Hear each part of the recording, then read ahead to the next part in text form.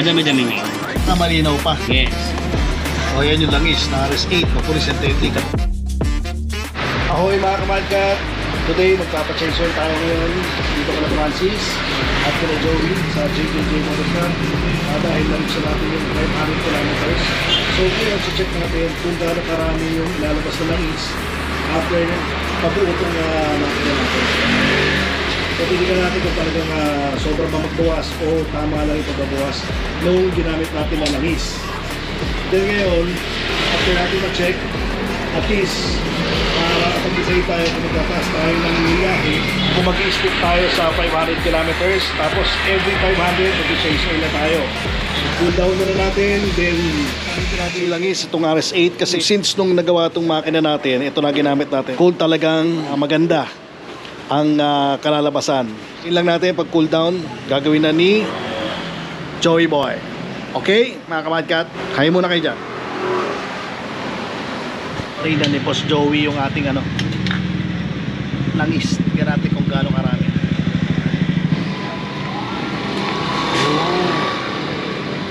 Madami-dami ngayon. Hindi siya ganong no? Yes. Saka malinaw pa. Yes. Mas marami siya ngayon.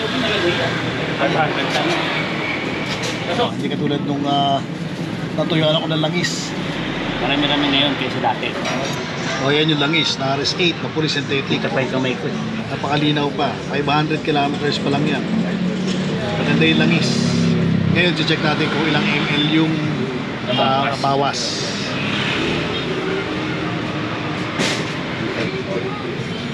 So, para masukat natin kung talagang So yung ginawa natin kasi naglagay tayo noon 900. Ngayon titignan natin kung ilan yung natira.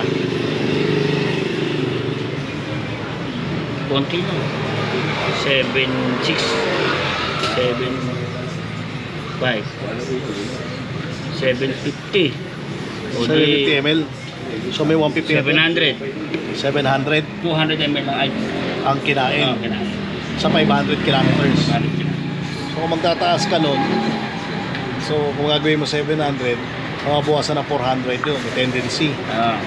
So wag na, tama na yung 500 kilometers. Swak na yun sa na yun. swak na yun sa bore up na Bore up ng 65. yes. So okay na yan mga kamadkat. 1 liter to, di ba? 1 liter. Ilan lalagay mo? 900. Okay, here to go.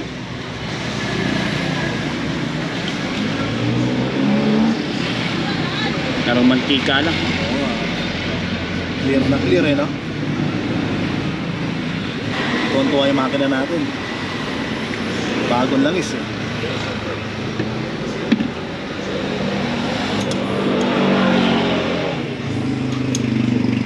Alright. Ayos na mga kamadkat.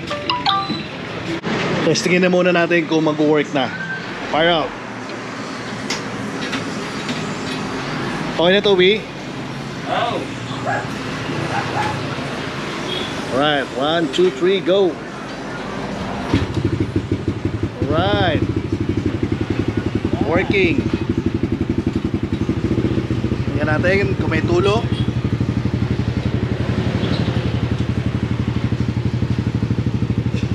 Walang tulo.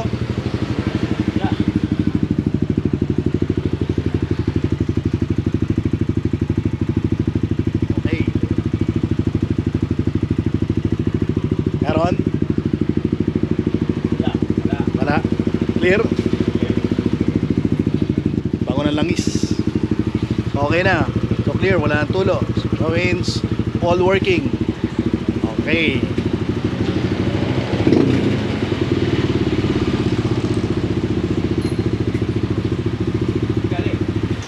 Bagong langis, hindi tayo kakaba-kaba na makakatuwa tayo ulit sa 900 ml na nilagay. RS8 na engine oil sa 500 kilometers. Bawasan siya ng 200 ml.